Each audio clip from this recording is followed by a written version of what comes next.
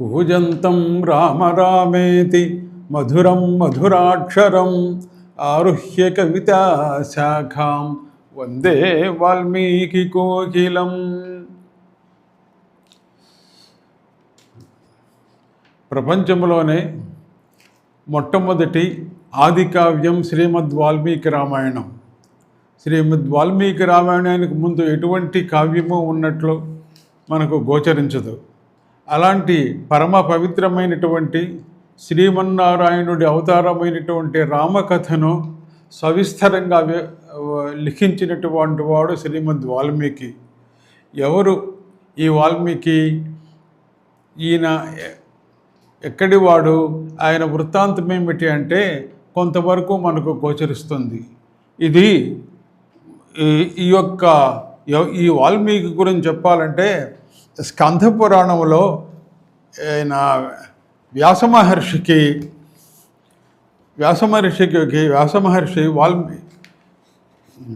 వాల్మీకి మహర్షి గురించి స్కంధ పురాణంలో సనత్ కుమారుడు వ్యాస మహర్షికి వివరిస్తాడు ఈ యొక్క వాల్మీకి యొక్క జీవితాన్ని గురించి. సుమతి కౌశికి ఇద్దరు బ్రాహ్మణ దంపతులు ఉండేవారని, ఆ సుమతి కౌశికుల యొక్క కుమారుడు అగ్నిశర్మ అనే అతడు ఉండేవాడు. ఈ అగ్నిశర్మ అనే అతను బాల్యంలో ఇతనికి అల్లరిగా తిరగడం చేత ఇతనికి చదువు అవ్వకపోవడము, వేదాధ్యయనం లేకపోవడము జరిగింది. ఇలా ఈయన తగిన శిక్షణ లేకుండా, శాస్త్రజ్ఞానం లేకుండా ఇలా ఇతను తిరుగుతూ ఇతను యవ్వన ప్రాయానికి వచ్చి వివాహం కూడా అతనికి తల్లిదండ్రులు జరిపించారు. కానీ అప్పటి కాలంలో ఉన్న క్షామ పరిస్థితుల బట్టి జీవితాన్ని గడపడం, సంసారాన్ని గడపడం మిక్కిలి కష్టమైంది. అందుకని ఈ అగ్నిశర్మ తన తల్లిదండ్రులను, తన భార్యాబిడ్డలను తీసుకొని ఇక అరణ్యములో జీవితాన్ని ఎలాగోలాగా గడపాలనే ఉద్దేశంతో అరణ్యానికి వెళ్ళాడు. అక్కడ తేనె, కందమూలాదులు అవి తీసుకుంటూ అక్కడ జీవితాన్ని సాగించేవాడు తన తల్లిదండ్రులతోనూ తన యొక్క భార్యాబిడ్డలతోనూ. తర్వాత ఇతనికి అడవిలో అక్కడ వ్యాధుల యొక్క స్నేహం ఏర్పడిందని, వ్యాధుల సంఘం చేత ఇతను మాంసభక్షణం, వేట, దారి దోపిడీ ఇలాంటి దుర్వ్యసనాల పాలయ్యాడని తెలుస్తోంది.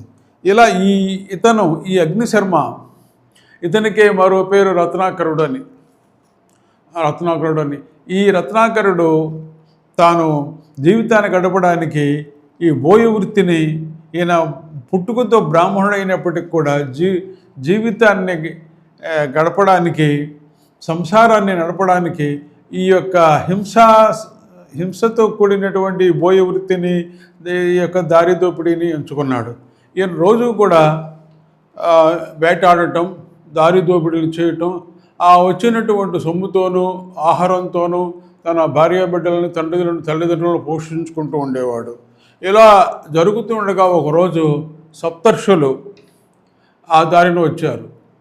ఆ దారిని రావడంతో అటకాయించి వారిని, ఓ మహర్షులారా, మీ దగ్గర సొమ్ము ఎంత ఉంది? ఆ సొమ్ము నాకు ఇవ్వండి. మీ దగ్గర ఉన్న అటువంటి సొమ్ముతో నేను నా జీవితాన్ని గడుపుకోవాలి అని అడిగాడు.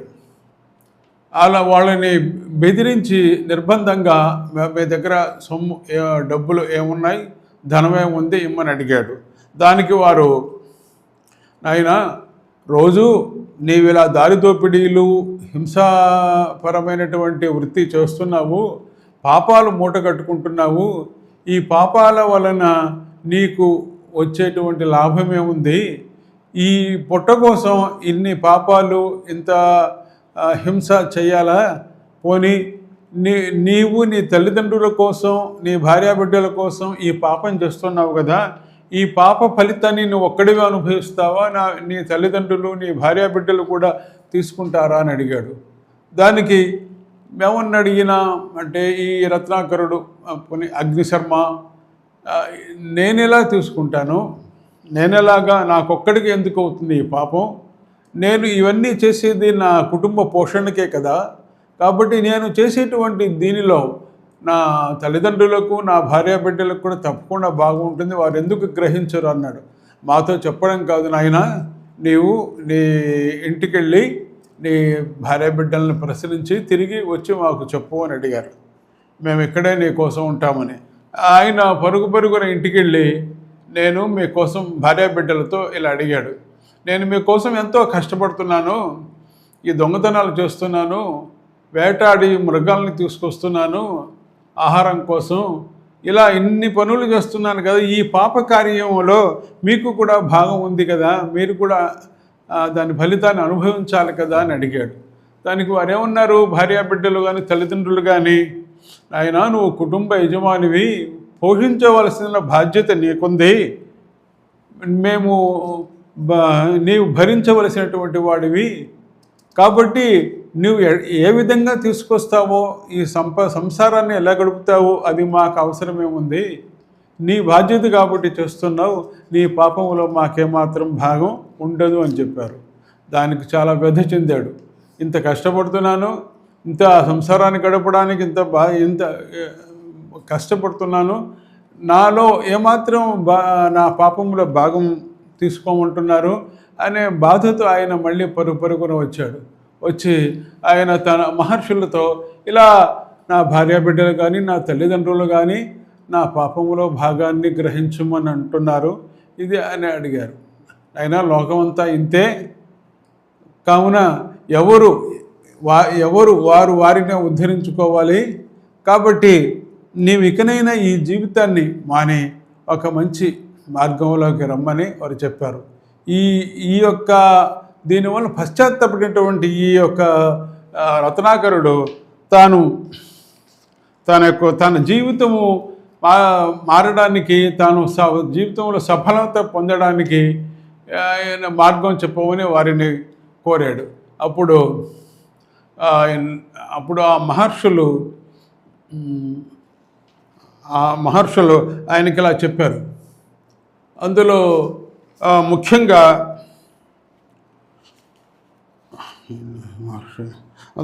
వాళ్ళు ఏం చెప్పారంటే, నాయనా రామ మంత్రాన్ని జపించు, ఈ రామ మంత్రాన్ని జపించడం వలన నీకు జీవితం ధన్యమవుతుంది అని చెప్పారు. కాబట్టి ఈ రామమంత్రాన్ని జపిస్తూ ఇలాగే ఇక్కడే నీవు ఉండు, ఆ మంత్రాన్ని వదులుకొని చెప్పారు.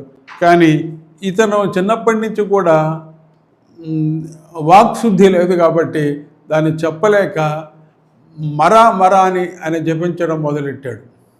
అలా ఈయన ఈ మహర్షులు మేము మళ్ళా వస్తాము, నీవు ఈ మంత్రాన్ని నిష్ఠగా తదేక దీక్షతో చేసుకుంటూ ఉంటామని చెప్పారు. దాంతో ఈ యొక్క రత్నాకరుడు మరా అని తను జపిస్తూ తదేక నిష్ఠతో ఉండిపోయాడు, ఏకాగ్రతతో ఉండిపోయాడు. అలా సంవత్సరాలు గడిచి సుమారు 12 సంవత్సరాలు అయిపోయింది. అలాగే ఆయన మరా అనే నామమే రామగా పరిణామాన్ని చెంది అలా జపిస్తూ ఉండగా ఆయనకు క్రిమి కీటకాలు కొడుతున్నాయి. ఏమీ కూడా ఆయన పట్టించుకోవడం లేదు. ఎందుకంటే మనసంతా ఒకే కేంద్రీకరించి ఉన్నాడు కాబట్టి రామనామం మీద. అలా రామనామాన్ని జపిస్తూ ఆయన 12 సంవత్సరాల దాకా గడిపాడు. అలా గడిపిన తర్వాత కొన్నాళ్ళకి వాళ్ళు మళ్ళా సప్తర్షులు వాళ్ళు మరలా తిరిగి వచ్చి ఇక్కడ ఇలా పుట్ట పెరిగిపోయింది, అందులోంచి రామనామం వినిపిస్తోంది. వాళ్ళు గుర్తించి ఆయన లెమ్మని చెప్పారు. ఆయన ఆ పుట్ట నుంచి బయటకు వచ్చాడు. వల్మీకము నుండి ఉద్భవించాడు కాబట్టి, వల్మీకము నుంచి బయటకు వచ్చాడు కాబట్టి ఆయన వాల్మీకిగా ప్రసిద్ధుడయ్యాడు. ఆయన నీవు ఏకాగ్రతతో మేము చెప్పిన మార్గాన్ని అనుసరించావు, ధన్యుడవయ్యావు. నీవు ఇలా ఉత్తర దిశగా వెళ్ళి నీ తపస్సు ఆచరించమని ఆ మహర్షులు ఆయనకు సూచించారు. అలా తపస్సును ఇంకా నువ్వు కంటిన్యూ చెయ్యి దీన్ని అని చెప్పారు. అలా ఉత్తర దిశగా వెళ్ళి ఆయన పరమేశ్వరుడు గురించి గొప్ప తపస్సు ఆచరించాడు. అలా ఎన్నో సంవత్సరాలు జరిగింది. ఆయన గొప్ప తపో సంపన్నుడు అయ్యాడు. అలా కొంతకాలం జరిగిన తర్వాత బ్రహ్మానుగ్రహంతో బ్రహ్మ ఆయనకి ప్రత్యక్షమై ఆయన నువ్వెంతో తపశక్తిని గడించావు, నీవు పరమాత్ముడైనటువంటి రామచరితాన్ని నీవు రాయగలుగుతావు అని దీవించాడు. అలా పరమేశ్వరుడు బ్రహ్మ యొక్క అనుగ్రహం, రామాయణం వల్ల మహావిష్ణువు యొక్క అనుగ్రహం, ఇలా త్రిమూర్తుల అనుగ్రహంతో ఆయన ప్రసిద్ధుడైనటువంటి వాల్మీకి మహర్షిగా రూపాంతరం అంటే మార్పును చెంది ఆయన తమసా నదీ తీరాన ఆశ్రమాన్ని నిర్మించుకొని తాను శిష్యులతోటి తన ఆశ్రమంలో ఆయన ఆధ్యాత్మికంగా జీవితాన్ని గడుపుతూ ఉన్నాడు. అలా జీవితాన్ని గడుపుతుండగా జరుగుతుండగా కొంతకాలానికి ఆయన తపస్సు ఫలించింది. నారద మహర్షి వచ్చాడు ఆశ్రమానికి. అలా వచ్చిన నారద మహర్షికి ఈ యొక్క వాల్మీకి మహర్షి ఆయనకు అర్ఘ్యం పాద్యం ఇవన్నీ సమర్పించి ఆయన ఉచితమైన ఆసనాన్ని మీద ఆయన కూర్చున్న తర్వాత ఆయన్ని పూజించాడు. ఆ పూజిస్తే ఈయనకు ఉన్నటువంటి జిజ్ఞాసుతోటి, వాల్మీకి మహర్షికి ఉన్నటువంటి జిజ్ఞాసుతోటి ఆయన ఈ ప్రశ్న వేశాడు. ఎవరిని? నారదుణ్ణి. ఏమని? ఓం తపస్వాధ్యాయ నిరతం తపస్వి వాగ్విదాం వరం నారదం పరిపప్రచ్ఛ వాల్మీకిర్ముని పుంగవం కోన్వస్మిన్ సాంప్రతం లోకే గుణవాన్ కశ్చ వీర్యవాన్ ధర్మజ్ఞశ్చ కృతజ్ఞశ్చ సత్యవాక్యో దృఢవ్రతః చారిత్రేణ చ కో యుక్తః సర్వభూతేషు కో హితః విద్వాన్ కः సమర్థశ్చ కశ్చైక ప్రియదర్శనః ఆత్మవాన్ కో జితక్రోధో ద్యుతిమాన్ కో న సూయకః కస్య బిభ్యతి దేవాశ్చ జతరోషస్య సంయుగే ఏతదిచ్ఛామ్యహం శ్రోతుం పరం కౌతూహలం హిమే అని అడిగాడు. అయ్యా మహర్షి, ఈ లోకములో గొప్ప గుణవంతుడెవరు, గొప్ప వీర్యవంతుడెవరు, అన్ని ధర్మాలు తెలిసిన వాడెవడు, చేసిన మేలు మరువని వాడెవడు, సత్యవాక్య సంపన్నుడెవడు, దృఢమైన దీక్ష కలవాడెవడు, గొప్ప చరిత్ర గలవాడెవడు, అన్ని ప్రాణులయందు దయగలవాడెవడు, విద్వాంసుడు, సమర్థుడు, ప్రియదర్శనుడు ఎవరు? ఎవనికి కోపం వస్తే, ఎవనికి యుద్ధంలో నిలబడితే అతను దేవతలకు కూడా ఎవరికి సాధ్యం కాదు ఆయన్ని ఎదుర్కోవడానికి ఎవరు సమర్థుడు అని ఈ విధమైనటువంటి ప్రశ్నలు ఆయన నారదుడిని అడిగాడు. అప్పుడు నారదుడు ఆయనకు చెప్పాడు, అయ్యా నువ్వు చెప్పినటువంటి గుణాలు ఈ లోకంలో మానవులకు దుర్లభము, అయినప్పటికీ నీవు యొక్క తెలుసుకొని నేను చెప్తానని ఆయన ఇక్ష్వాకువంశ ప్రభవో రామో నామ జనైశ్రుత నియతాత్మ మహావీర్యో శృతిమాన్ ధృతిమాన్ వసి అని ఇలా నువ్వు చెప్పిన గుణగణాలు కలిగినటువంటి వాడు ఆయన ఉన్నాడు. ఆయన ఇక్ష్వాకు వంశంలో పుట్టినవాడు, రాముడిని జనములు ఆయనను పిలుస్తూ ఉంటాయి. అతను ఆత్మనిగ్రహం కలవాడు, మహావీర్యుడు, విద్యావంతుడు, వేదజ్ఞానం కలవాడు, ధైర్యవంతుడు, జితేంద్రియుడు, బుద్ధిమంతుడు, నీతిమంతుడు, వాక్చాతుర్యం కలవాడు, శత్రువులను అణిచేటువంటి వాడు, విశాలమైన భుజాలు కలవాడు, మహాబాహువులు గలవాడు, కంభుకంఠం కలవాడు, గొప్ప చంపభాగాలు కలవాడు, విశాలమైన వక్షస్థలం కలవాడు, మహాధనుస్సు కలవాడు, గూఢజత్రు రంధమహ అంటే గూఢమైనటువంటి అస్థి ఉండి మృదులమైన శరీరంతో ఉండేవాడు, మృదుల మాంసంతో కూడా శరీరం కలవాడు, ఆజానుబాహు మంచి శిరస్సు కలవాడు. ఇలా అనేక విధాలుగా ఆయన రాముణ్ణి ఇంకా ఇలాగా చెప్పాడు. సమమైనటువంటి విభజింపబడినటువంటి దేహం కలవాడు, ప్రతాపవంతుడు, విశాలమైన వక్షస్సు కలవాడు, లక్ష్మీవంతుడు, ధర్మజ్ఞుడు, సత్యసంధుడు, యశస్వి, జ్ఞాన సంపన్నుడు, శుచి, వశ్యుడు, సమాధిమంతుడు, ప్రజాపతితో సమానమైన వాడు, ఈ లోకాన్ని రక్షించడానికి సమర్థుడైన వాడు, తన ధర్మాన్ని లోకుల ధర్మాన్ని రక్షించేవాడు. ఇలా ఆయన మొత్తం ఆ రాముడి యొక్క గుణాలన్నీ విభజిస్తూ ఇలాంటి అతను ఉన్నాడు అని ఇలా దశరథుడు అనే మహారాజుకి రామాయణాన్ని సంగ్రహంగా చెప్పాడు. ఆ 3 భార్యలు ఉన్నారు, వారిలో కౌశల్య కుమారుడు రాముడు, ఇలా కైకేయికి భరతుడు, సుమిత్రకు లక్ష్మణ శత్రుఘ్నులని ఆయన ఈ సంగ్రహ రామాయణాన్ని అంతా మొత్తం చెప్పాడు. అదంతా విన్నాడు వాల్మీకి. రామాయణం గురించి నారద మహర్షి చెప్పిన మాటలన్నీ విని తరువాత ఆయన సంధ్యాకాలం తంసా నదీ తీరానికి శిష్యుడైనటువంటి భరద్వాజుడిని వెంట పెట్టుకొని తంసా నదీ తీరానికి వెళ్ళాడు. తంసా నదీ తీరానికి వెళ్ళి అక్కడ ఒక శుభ్రమైన నీళ్ళు ఉన్న ఒక రేవు దగ్గర యస్యతాం కుశలస్తాత దీయతాం వల్కలమ్మమ ఇదమే వావగాహిష్యే తమసా తీర్థముత్తమం. ఆయన ఇదిగో కలశం ఇక్కడ పెట్టు, ఇదిగో ఈ వస్త్రాన్ని ఇవ్వు, ఈ వల్కలాన్ని ఇవ్వు నేను అని చెప్పి తన శిష్యుడి దగ్గర వల్కలాన్ని ఆయనకు ఆజ్ఞ ఇచ్చి ఆయన ఏం చేశాడంటే వాల్మీకి మహర్షి అటు ఇటు కాస్త నదీ తీరంలో తిరిగాడు. అలా తిరుగుతున్నటువంటి ఆయనకి ఒక క్రౌంచ మిథునం కనపడింది. ఆ క్రౌంచ మిథునం ఒకదాన్ని ఒకటి అన్యోన్యంగా తన ముక్కులతో పొడుచుకుంటూ అవి సరసంగా ఉన్నాయి. అలాంటి దాన్ని చూస్తున్నాడు సంతోషంగా. ఈ లోపల ఎక్కడి నుంచి వచ్చిందో ఒక భయంకరమైనటువంటి నిశితమైన బాణం వచ్చి ఆ మగపక్షి తగిలింది. ఆ మగపక్షి తగలడంతో అది విలవిలా కొట్టుకుంటూ కింద పడిపోయింది, రక్తం ఓడుతోంది. అలా బాణంకు గురైనటువంటి మగపక్షి దగ్గరకు వచ్చి ఏడుస్తూ ఆడపక్షి ఉంది. ఆ దృశ్యాన్ని చూశాడు. ఆయన గుండె చెరువైపోయింది. అయ్యో, ఇంతవరకు ఎంతో హాయిగా ఉన్నటువంటి ఈ పక్షి జంటలో ఈ మగపక్షిని చంపి వీడంతా ఘోరం చేశాడు అని ఆయన శోకం ఎక్కువైంది. అప్పుడు ఆయన నుంచి ఈ అనుష్ఠుప్ శ్లోకం వెలువడింది.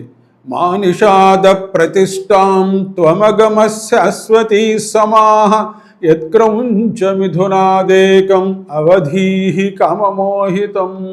ఆయనకు వచ్చిన కోపంలో, ఓరి బోయవాడా, నీవు శాశ్వతమైనటువంటి సంవత్సరాలు సుఖంగా గడపలేవు. ఎందుకంటే ఈ క్రౌంచ మిథునము నుండి కామమోహితమైనటువంటి మగపక్షిని చంపి ఆడపక్షికి దుఃఖం కలిగించవు. దుర్మార్గుడా, నీవు శాశ్వతమైనటువంటి సంవత్సరాలు సుఖంగా ఉండలేవు, నీవు నాశనం అవుతావు అని ఆయన తత్కాలోచితమైనటువంటి నిందాపూర్వకమైన మాటలు వచ్చాయి.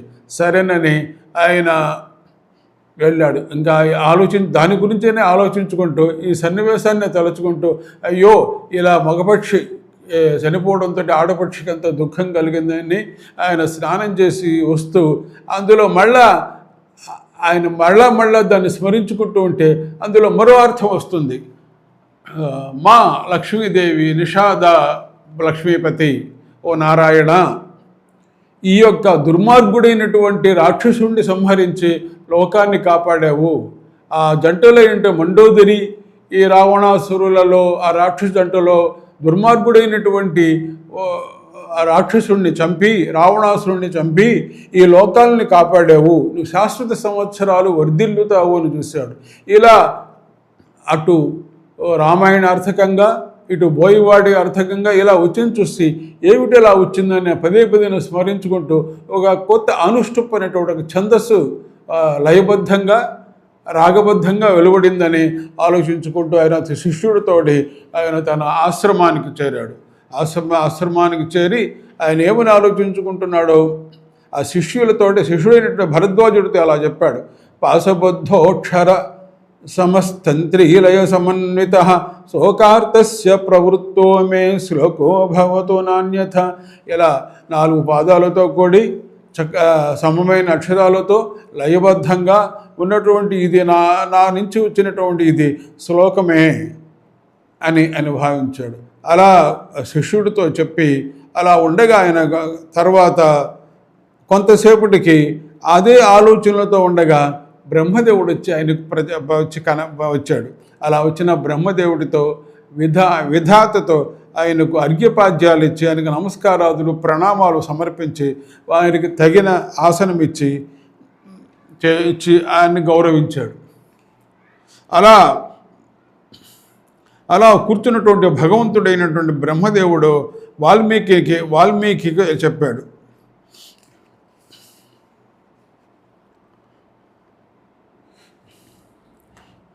ఏమని? శ్లోకయే వస్తుం బద్ధో నాత్ర కార్య విచారణ మచ్ఛందాదేవతే బ్రహ్మన్ ప్రవృత్తోయం సరస్వతి రామస్య చరితం కృష్ణం కురు త్వమృషిసత్తమ ధర్మాత్మనో భగవతో లోకే రామస్య ధీమతః వృత్తం కథయ ధీరస్య యథా నారదాశ్రుతం. ఆయన నీకు వచ్చినటువంటి శ్లోకం నా యొక్క ప్రభావంతోనే నీ నోటి నుంచి ఈ యొక్క శ్లోకం వెలువడింది. ఇది నీవు రామచరితాన్ని నీవు సమగ్రంగా రాయి. ధర్మాత్ముడైనటువంటి భగవంతుడి అవతారమైనటువంటి రాముడి యొక్క చరితాన్ని నీవు రాసి నీ జీవితాన్ని ధన్యం చేసుకో.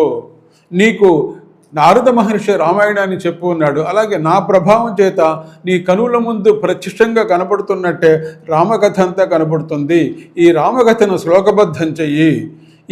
ఇలా నీవు రాసినటువంటి ఈ రామాయణం ఎంతవరకు పర్వతాలు నదులు భూమి మీద ఉంటాయో, ఎంతవరకు ఈ యొక్క ఉంటుందో అంతవరకు ఈ నదులు ఈ భూమి మీద ఉన్నటువంటి చరాచరమైన ప్రాణులు ఉంటాయో అంతవరకు కూడా నీ యొక్క రామాయణం నిలబడుతుంది. ఇలా నీవు ఇది నీ జీవితాన్ని చరితార్థం చేసుకొని నా లోకంలో నీవు స్థిరమైన నివాసాన్ని ఏర్పరచుకుంటావు అని చెప్పి బ్రహ్మదేవుడు ఆయన అని చెప్పాడు.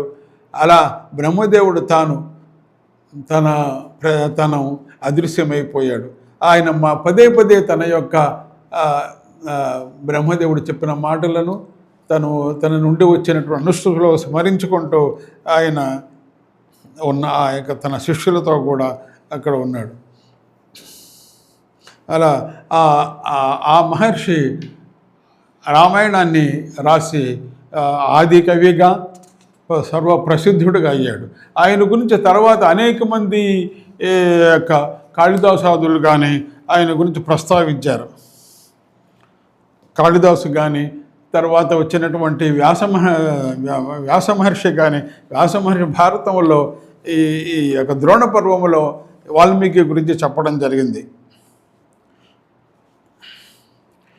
ఇక మనం రామాయణాన్ని గురించి దాని గురించి చెప్పుకోవాలంటే నాస్తి వేద సమం శాస్త్రం నాస్తి శాంతి సమం సుఖం నాస్తి శాంతిపరం జ్యోతి నాస్తి రామాయణాత్ పరం నాస్తి క్షమా సమం సారం నాస్తి కీర్తి సమం ధనం నాస్తి జ్ఞాన సమో లాభ నాస్తి రామాయణాత్ పరం నాస్తి విష్ణు సమో దేవో నాస్తి రామాయణాత్ పరం నాస్తి గంగా సమం తీర్థం నాస్తి మాతృసమో గురు నాస్తి విష్ణు సమో దేవో నాస్తి రామాయణాత్ పరం అనే ఈ యొక్క రామాయణం గురించి ఎంతో చెప్తారు.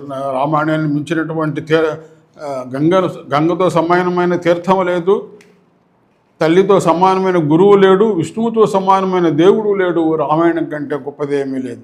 అలాగే వేదంతో సమాన శాస్త్రము లేదు, శాంతితో సమానమైన సుఖము లేదు, శాంతితో సమానమైన జ్యోతి లేదు. రామాయణం కంటే మరేది గొప్పది కాదు. క్షమతో సమానమైన బలం లేదు, కీర్తితో సమానమైన ధనం లేదు, జ్ఞానంతో సమానమైన లాభము లేదు. రామాయణం కంటే గొప్పదేదీ లేదు. అలా ఆయన వాల్మీకి నుంచి వెలువడిన రామాయణం ఇప్పుడు అందరికీ శిరోధార్యమై ఎంతవరకు సూర్యచంద్రులు ప్రకాశిస్తూ ఉంటారు, అంతవరకు కూడా ఇది ప్రకాశిస్తూ ఉండనే ఉంటుంది.